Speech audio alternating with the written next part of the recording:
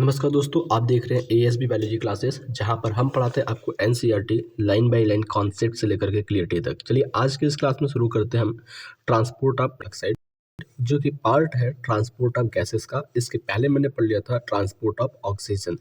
Oxygen के transport के बारे में अगर हम बात करते हैं तो हमने बताया था कि 97% जो ऑक्सीजन होता है वो ट्रांसपोर्ट किया जाता है ब्लड के थ्रू, और 3% जो ऑक्सीजन होता है वो ट्रांसपोर्ट किया जाता है डिजॉल्व फॉर्म में प्लाज्मा के साथ।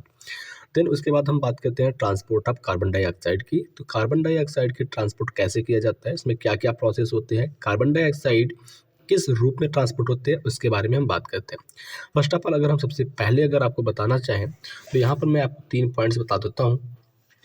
नंबर 1 पर अगर मैं पहले पॉइंट की अगर हम बात करता हूँ तो जो कार्बन डाइऑक्साइड होती है वो ट्रांसपोर्ट होती है, किस रूप में ट्रांसपोर्ट होती है, तो पहले तो होती है एज अ कार्बोनेट आयन। ठीक है, यानी कि अगर हम बात करते हैं ये बाई कार्बोनेट आयन के रूप में ट्रांसपोर्ट होती है। ठीक है, बाई कार्बोनेट आयन मैं यहाँ पर लिखता हूँ शॉर्ट फॉर्म में, जस्ट एक सेकेंड।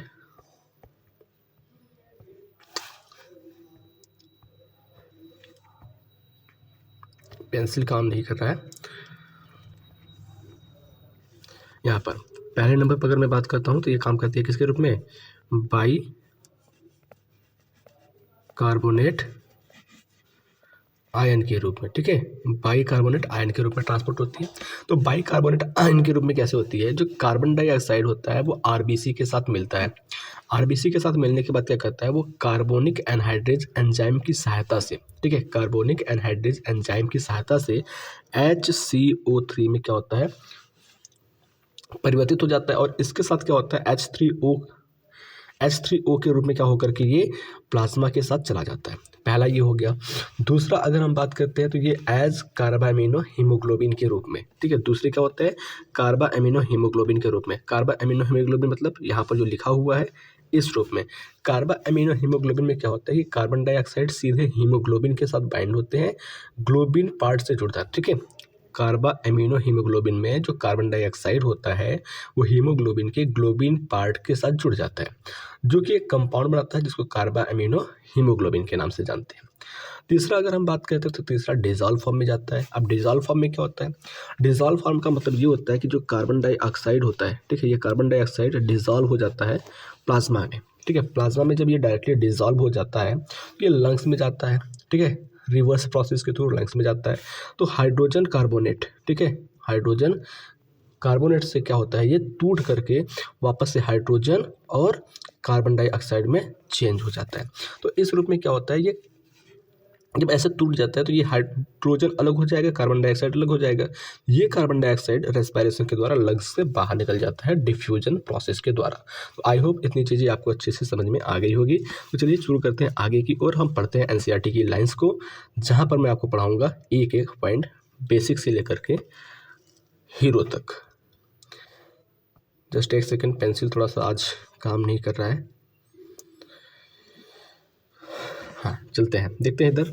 तो हमारा टॉपिक क्या है, ट्रांसपोर्ट ऑफ कार्बन डाइऑक्साइड। तो कार्बन डाइऑक्साइड कैसे ट्रांसपोर्ट करते हैं मैंने आपको बता दिया, 3 फॉर्म बता दिया। पहला फॉर्म बता दिया मैंने आपको कि कार्बोनेट आयन के रूप में करते हैं, कार्बा एमिनो हीमोग्लोबिन के रूप में करते हैं, डिजॉल्व फॉर्म में करते हैं। जो कार्बोनेट आयन के रूप में कार्बन डाइऑक्साइड का ट्रांसपोर्ट होता है वो अप्रॉक्सीमेटली 70% होता है।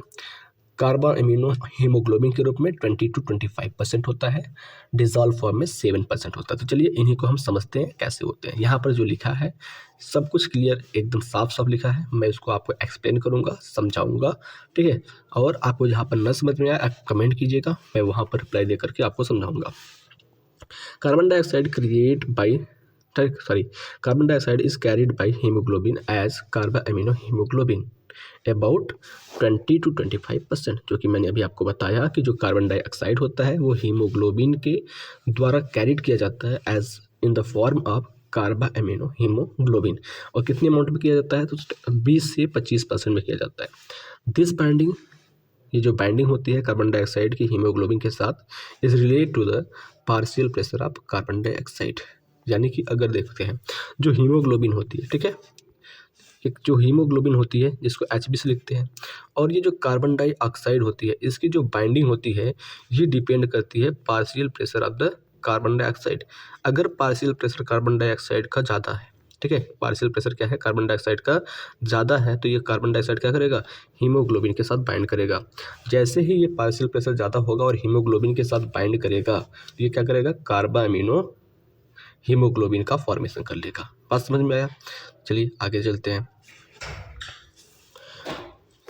Partial pressure of oxygen is major factor which could affect this binding, यानी कि इसमें जो देखो partial pressure of carbon dioxide के साथ साथ पार्शियल प्रेशर ऑफ ऑक्सीजन जो होता है वो भी क्या होता है, मेजर फैक्टर होता है जो कार्बन डाइऑक्साइड को हीमोग्लोबिन के साथ बाइंड करने में मदद करता है। देखिए जब अगर कार्बन डाइऑक्साइड की पार्शियल प्रेशर ज़्यादा होगी और हीमोग्लोबिन की पार्शियल प्रेशर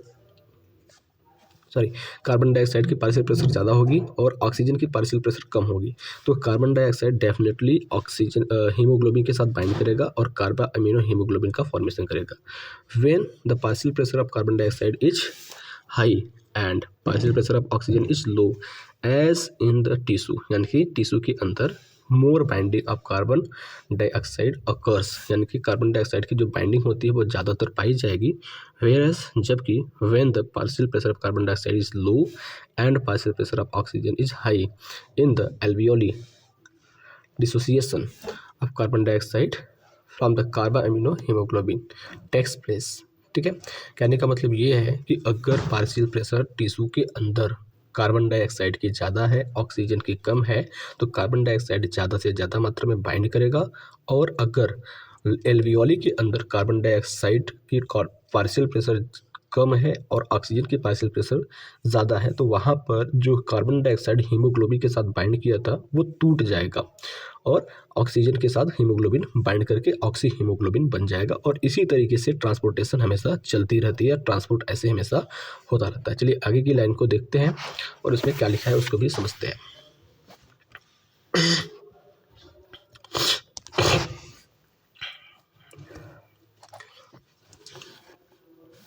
दैट इज, इसका मतलब होता है कि carbon dioxide which is bond of haemoglobin, carbon dioxide जो कि हीमोग्लोबिन का बॉन्डिंग होता है, ठीक है, फ्रॉम द टिश्यू यानी कि टिश्यू से इज डिलीवर्ड पहुंचाया जाता है एट द एल्वियोली के पास। ठीक है, जो कार्बन डाइऑक्साइड टिश्यू में बाइंड होता है हीमोग्लोबिन के साथ वो एल्वियोली के पास पहुंचाया जाता है। आरबीसी यानी कि हमारी जो रेड ब्लड कॉर्पसेल्स होती है कंटेन करती है a very high concentration of enzyme. ठीक है, बहुत ज़्यादा मात्रा में एंजाइम को कंटेन करती है जिसमें हम होते हैं कार्बोनिक एनहाइड्रेस। ठीक है, हमारी जो एल्वियोली होती है उसके अंदर partial pressure of carbon dioxide, partial pressure of oxygen, partial pressure of concentration of hydrogen and temperature effect जो होता है वो हमारे ट्रांसपोर्टेशन में हेल्प करती है। उसके अलावा अगर हम बात करते हैं तो जो हमारी आरबीसी होती है, आरबीसी के पास क्या होते हैं, ज़्यादा अमाउंट में कार्बोनिक एनहाइड्रेस एंजाइम होता है एंड